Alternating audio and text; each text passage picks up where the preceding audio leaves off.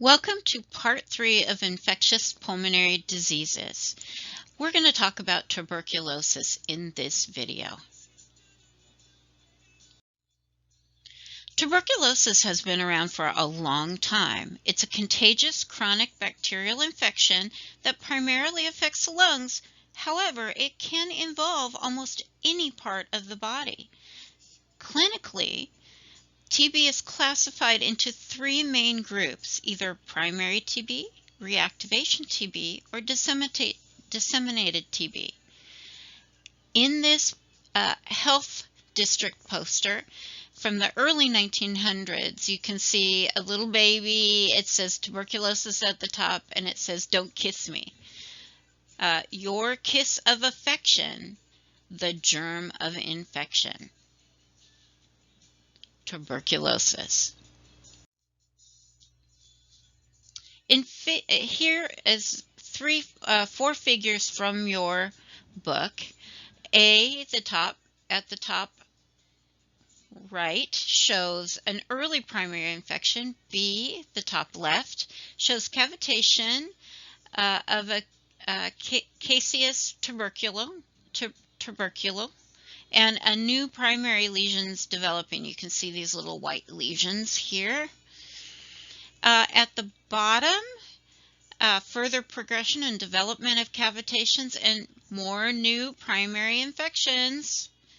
And then finally, in the late stages of the disease, this is severe lung destruction caused by TB. So tuberculosis, as I said before, is classified as either primary, post-primary, or disseminated. Let's talk about primary first and talk about what happens to the lungs at each stage. In primary tuberculosis, the patient is exposed to the TB pathogen. This TB pathogen is a rod-shaped bacterium with a waxy capsule called Mycobacterium tuberculosis. In primary TB, the bacilli multiply over a 3 to 4 week period. This is the patient's first exposure, or the primary infection stage.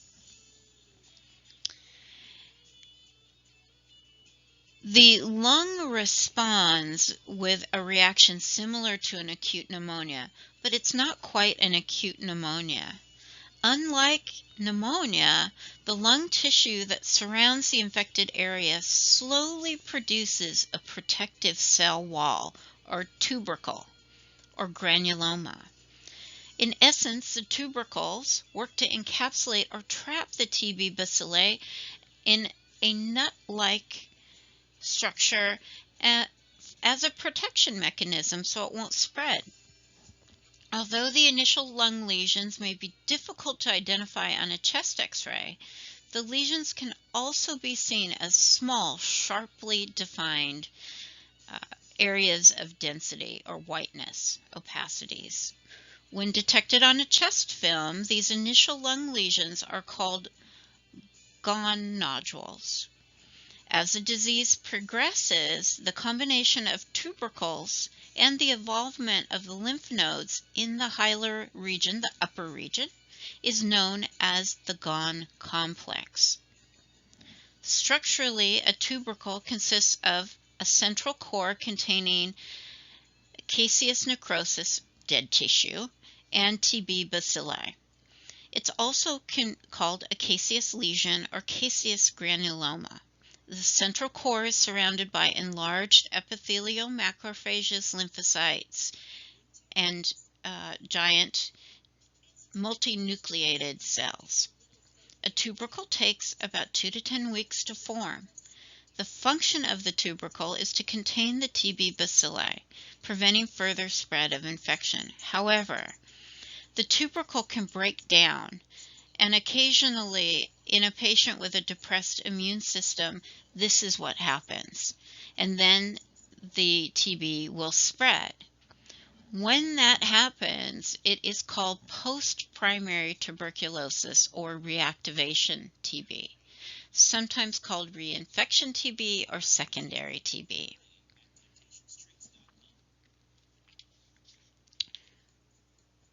individuals with dormant or latent TB don't feel sick, their tubercles are contained, and the only indication of a TB infection is a positive reaction on a skin test, which we'll talk about that later in the video as well. Let's talk about post-primary tuberculosis. This is a term used to describe the reappearance, signs and symptoms of TB months or even many years after the initial infection has been controlled. Even though most patients with primary TB recover completely from a clinical standpoint, it's important to remember that live TB bacteria can remain dormant for decades. A positive TB test generally persists even after the primary infection stage has been controlled. At any time, TB can become reactivated, especially in patients with an immune system depression.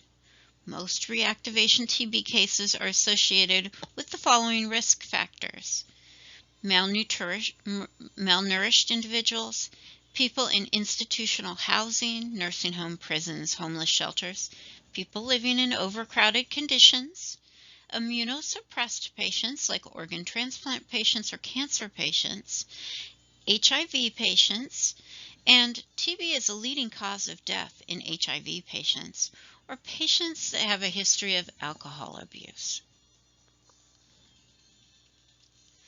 In disseminated tuberculosis, TB infection has escaped from the tubercle and traveled all over the body by means of the bloodstream and the lymphatic system. In general, TB bacilli that gain entrance to the bloodstream usually gather and multiply in portions of the body that have a high tissue oxygen tension. The most common location for this is the top of the lungs. But other oxygen-rich areas of the body are the lymph nodes, the kidneys, the long bones, the genital tract, the brain, and the meninges.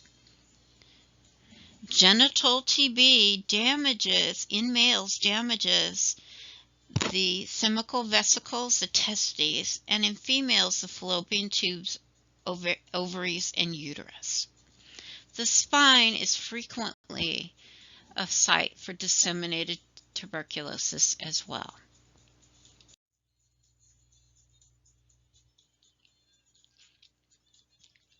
Some of the things that you'll see in post-primary TB: anatomic alterations, alveolar consolidation, alveolar capillary destruction, formation of the tubercles, cavity formation inside the tubercle, fibrosis and secondary calcification of the lung tissue, distortion and dilation of the bronchi, and increased bronchial secretions, and night sweats.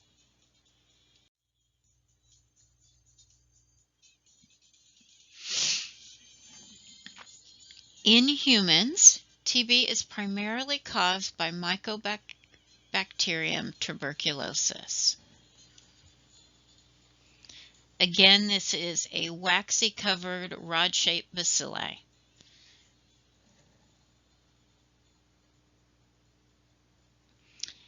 In early writings, the disease was called consumption, captain of the men of death, white plague, and the wasting disease. In the 19th century, the disease was finally named tuberculosis, and the term derives or is taken from the tubercle that is formed and was seen during post-mortem examinations of victims with TB.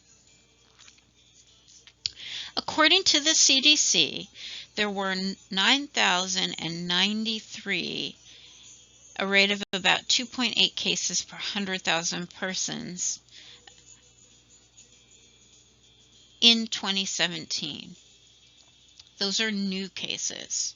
So just over 9,000 new cases of TB in the U.S. in 2017.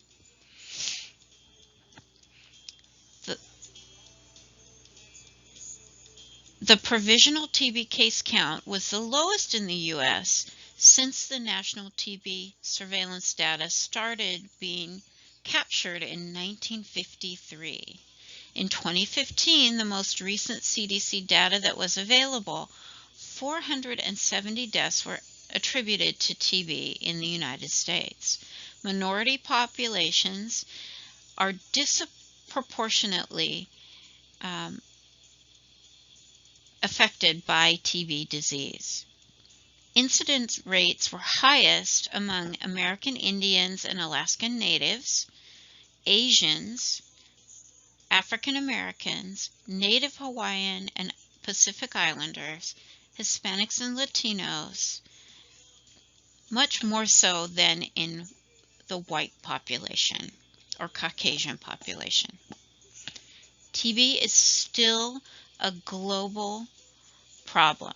According to the World Health Organization in 2017, TB is one of the top 10 causes of death worldwide. Over 10 million people fell ill worldwide with TB, and another 1.6 million throughout the world died from the disease in 2017, including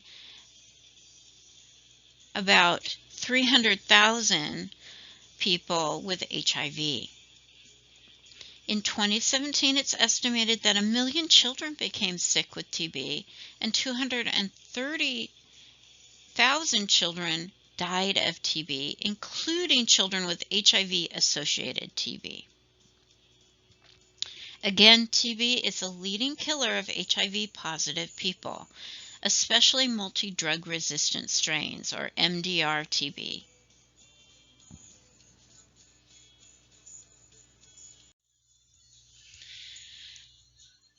Diagnosis of TB. Diagnosis of TB can be done with a Manitoba tuberculin skin test. That is the popular PPD test. Acid-fast staining of the sputum or a sputum smear, sputum culture 3 days in a row, or the quantiferum gold blood test. So that is looking at the blood. Let's talk about each of these individually. The Manitoba tuberculin skin test is an injection of purified protein derivative, or PPD. If the raised red area or wheal is less than 5 millimeters, it's considered negative. If the raised red area is 5 to 9 millimeters, it's considered suspicious and the person should be tested again. If the raised red area is 10 millimeters or greater, that's a positive skin test. The area must not only be red but also raised in order to be considered positive.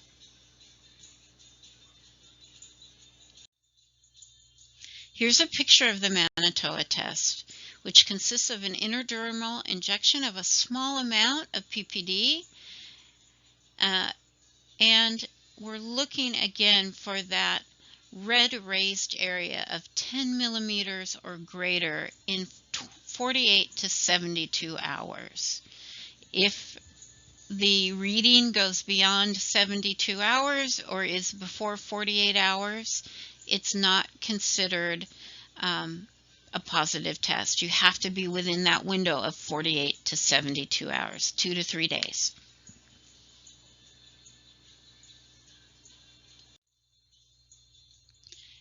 Acid-fast stain and sputum culture.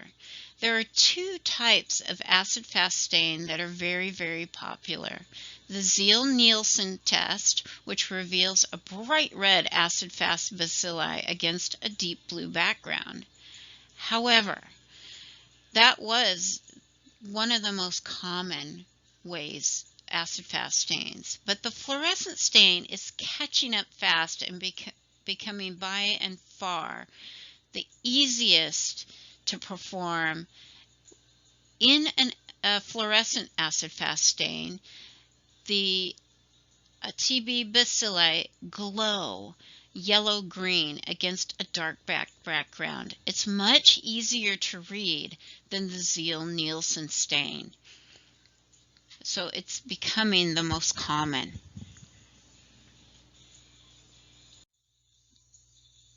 Sputum culture. Serial sputum cultures are common in the acute care, and you will see them in your practice as an RT. They can either be done 8 hours apart in a facility where we have round-the-clock microbiologists, or every morning for 3 mornings in a row. Once the sputum is cultured, it takes up to 6 weeks for colonies to appear in the culture. Because there's a variety of non-TB strains of Mycobacterium that can show up in an AFB smear, a sputum culture is necessary to differentiate between TB and other acid-fast organisms like Mycobacterium avium and Mycobacterium canzi. Sputum cultures can also identify drug-resistant bacilli and their sensitivity to antibiotic therapy. Because TB grows so slowly, one of the newer tests is called an expert MTB RIF assay. It detects Mycobacterium and rifampin resistance directly from a patient's sputum. And it can do this in under 2 hours, so it's quickly becoming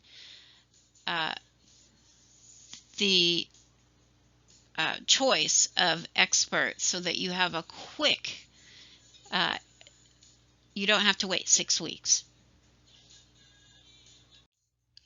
In 2005, the U.S. Food and Drug Administration approved the QuantiFERON Gold test. The QuantiFERON Gold test is a whole blood test used for diagnosing TB, including latent TB. What you do is you take a sample of the patient's blood and you mix it with antigens, substances that can generate an immune response, and controls. The QuantiFERON test contains synthetic antigens that represent 2 different TB proteins, an ESAT6 and a CFP10.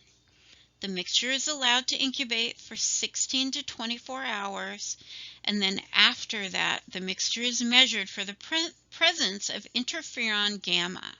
Interferon gamma is released when in contact with TB antigens. An elevated interferon gamma level is diagnostic of TB.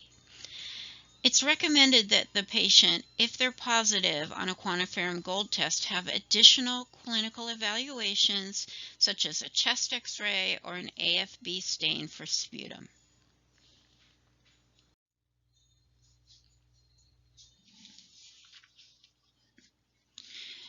What will you see at the bedside? Well, on chest X-ray, you'll see alveolar consolidation and increased alveolar capillary membrane thickness due to the inflammatory response. The patient will have increased vital signs and increased respiratory rate, heart rate, and blood pressure. They'll experience chest pain, decreased chest expansion, cyanosis, though that's a late sign of not having enough oxygen, digital clubbing, which means they've been oxygen deprived for a long time, and peripheral edema and venous distension, distended neck veins, pitting edema, and possibly an enlarged and tender liver, especially if this has been going on for quite some time. Commonly, the patient will have cough, sputum production, and blood in their sputum or hemoptysis.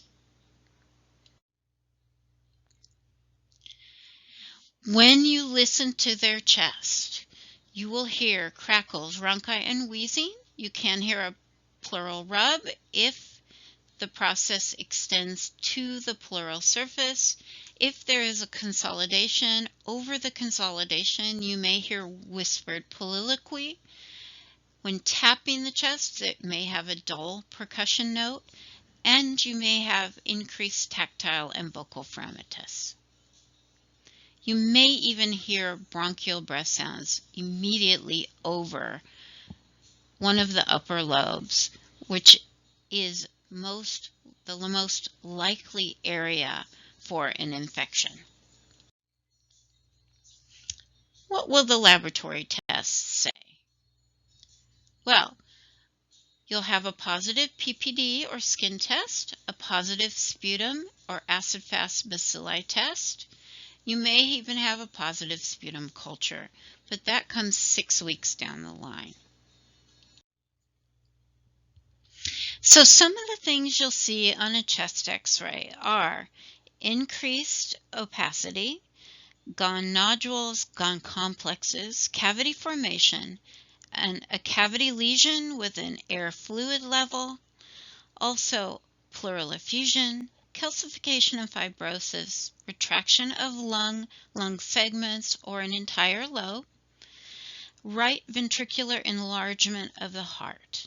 Chest radiograph or chest x-ray, in more common terms, is the most valuable in the diagnosis of pulmonary TB. During the primary infection stage, you may see gone nodules, and they should be able to be identified. As the disease gets worse and worse, a combination of tubercles and involvement of the lymph nodes in the upper regions of the lung can be seen. In very severe cases, cavities and pleural effusions may be seen in the lung. Healed lesions appear fibrotic or calcified. Retraction of healed lesions or segments can also be seen on chest x-ray. In patients with post-primary TB of the lungs, lesions involving the upper lobe and posterior segments of the upper lobes are very often seen. However, in disseminated or miliary tuberculosis, the lungs may show tons of tiny little granules. They almost look like a grain of sand or birdseed thrown at the lungs. The chest x-ray result is widespread fine nodules, again, birdseed nodules, that are uniformly distributed and equal in size. Finally, right-sided heart failure, or cor pulmonale, may develop as a secondary problem during very advanced stages of TB.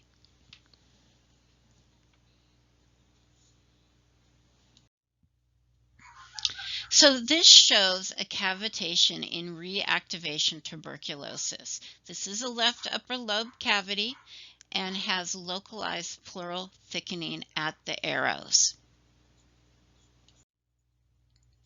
This is miliary tuberculosis, showing that birdseed type pattern. It looks like I took a big old handful of birdseed or sand and threw it at the lungs. That's why it's called miliary. So how do we treat tuberculosis? Well, we treat it with drug therapy. The standard drug therapy used to treat tuberculosis is either 2 to 4 drugs for 6 to 9 months. An example of some of these protocols are a 6-month treatment protocol in the induction phase, when a patient takes a daily dose of INH and RIF, PZA, and EMV, or just E, or streptomycin. Then, for the next 4 months, the patient takes INH and rifampin daily or twice weekly.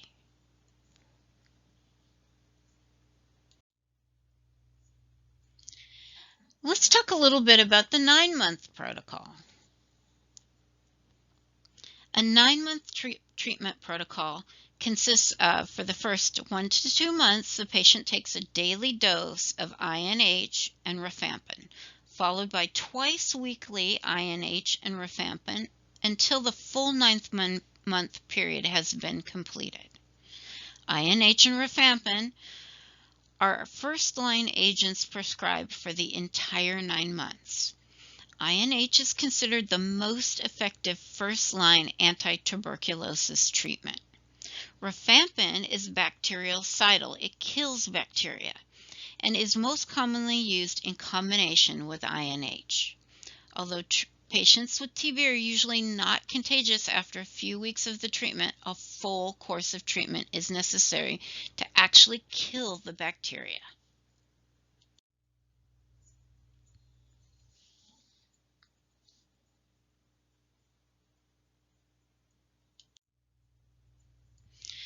As respiratory therapists, what do?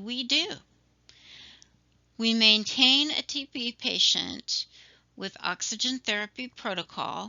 Oxygen is used to treat hypoxemia, to diminish the work of breathing, and to decrease the work of the heart. Because low oxygen blood level is associated with TB, supplemental oxygen may be used and is often required by the patient. Aaron's Clearway therapy protocol, or bronchopulmonary hygiene, is because of excessive mucus production and accumulation that you sometimes see with very severe TB. A number of airway clearance techniques, such as vibrating PEP therapy, may be used to enhance immobilization of secretions, as well as infection control measures. This is a respiratory isolation. In some cases of very advanced TB, mechanical ventilation is required to maintain an adequate ventilatory status, to keep CO2 down and keep oxygen levels up. Continuous mechanical ventilation is justified when the acute ventilatory failure is thought to be reversible. So it's thought the patient can actually get better. If the patient is end-stage TB, mechanical ventilation protocol may be bypassed, and other protocols may be used, end-of-life protocols. Thank you for your time and attention today. We've come to the end of our discussion. I hope you enjoyed the video and have a great day.